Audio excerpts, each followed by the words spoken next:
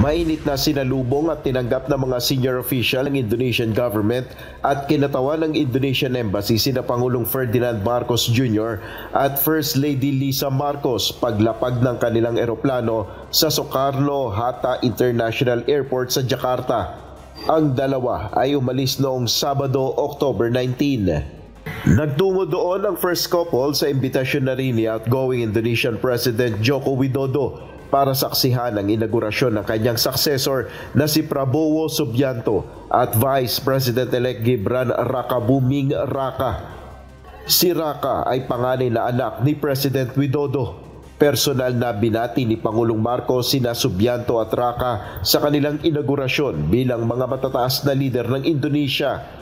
Sa mensahe ni PBBM, binigyan din nito ang matagal ng ugnayan ng bansa sa Indonesia at isa sa pinakamalapit na kaibigan ng Pilipinas sa mga kapwa founding nations ng ASEAN.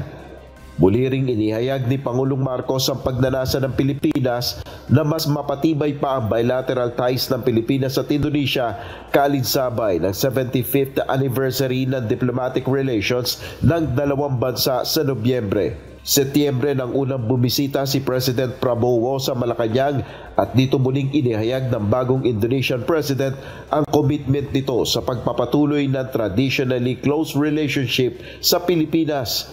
Si Prabowo ay dating Defense Minister at Military General ng Indonesia. Papalitan niya si outgoing President Joko Widodo. Del Maribuho, UNTV News and Rescue. Diyos ang aming sandigan, serbisyo publiko ang aming pinaalagahan.